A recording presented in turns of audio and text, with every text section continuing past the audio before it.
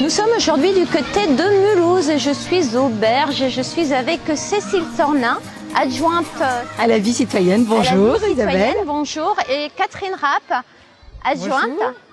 Adjointe à la nature en ville. Alors justement, c'est dans ce cadre-là que l'on se rencontre aujourd'hui par rapport à cette très belle réalisation du côté des Berges, Catherine.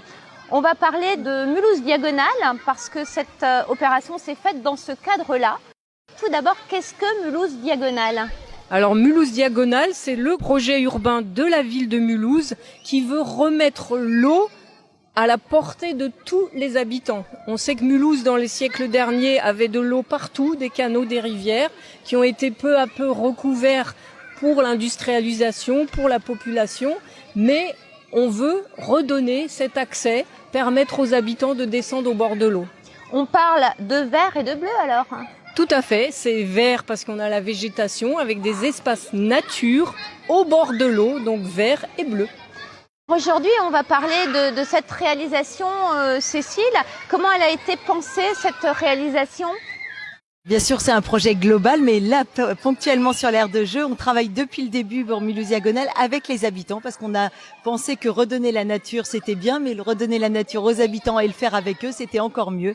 Et dans le cadre de l'aire de jeu, on peut dire qu'on est assez fiers, d'abord parce que, comme on l'entend, on a trouvé cette aire a trouvé son public, mais également parce qu'on a été primé au niveau national, parce qu'on est la première ville de France à avoir permis à des habitants d'intervenir même dans le cadre d'un marché public. Ça, s'était jamais fait. Et je crois que le résultat est à la hauteur de nos attentes.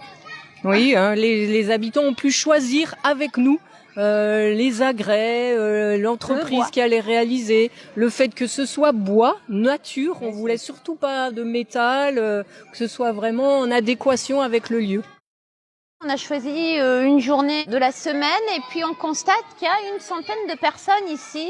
On voit des gens fêter des anniversaires avec des ballons en forme de cœur, ça j'ai trouvé vraiment top, des goûters, des enfants qui s'amusent et de la bonne humeur ici et vraiment l'envie de partager du bon temps en pleine nature. Ah oui, on est en plein Mulhouse ici, en plein centre de la ville et c'est un lieu tout à fait particulier où les gens se rendent compte qu'ils peuvent être là tranquilles avec leurs enfants, fêter, s'amuser. C'était bien l'objectif de cette aire de jeu au bord de l'île. On va rappeler aussi où est cette aire de jeu. À l'arrière de la plaine sportive, donc tout le monde connaît sans doute un peu le stade de foot, la patinoire, la grande piscine de Mulhouse, qui est juste de l'autre côté, donc c'est sur le bord opposé, au bord de l'île, après le camping, et en traversant le pont chinois, on arrive ici, aux berges de l'île, à la magnifique aire de jeu avec 11 agrès sur plus de 4000 m² pour nos enfants mulhousiens et même au-delà parce qu'on sait qu'il y a même des gens qui viennent au-delà de Mulhouse pour fréquenter cette aire de jeu. On rappelle qu'il y a une possibilité de boissons, de petits goûters sur place. Il faut passer par...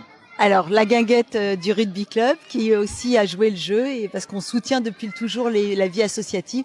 Et là, on a des associations qui ont répondu présent. Donc, je pense qu'on peut vraiment les remercier. Ils ont fait de gros efforts en termes d'horaire d'ouverture.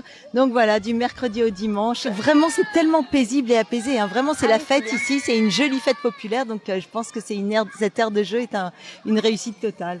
Catherine est venue en vélo, comme ses habitudes, me semble-t-il. Et puis Cécile, vous avez pris le tram et vous êtes venue à pied par le pont chinois, parce que je vous ai vu. Et ben voilà, exactement. Merci Isabelle. Parce qu'on veut une ville apaisée. Aujourd'hui, il faut que chacun change son comportement. Si on veut une ville nature où on peut mieux respirer, ça commence aussi par les mobilités et se déplacer à vélo, à pied, en tram et plus en voiture ou le moins possible.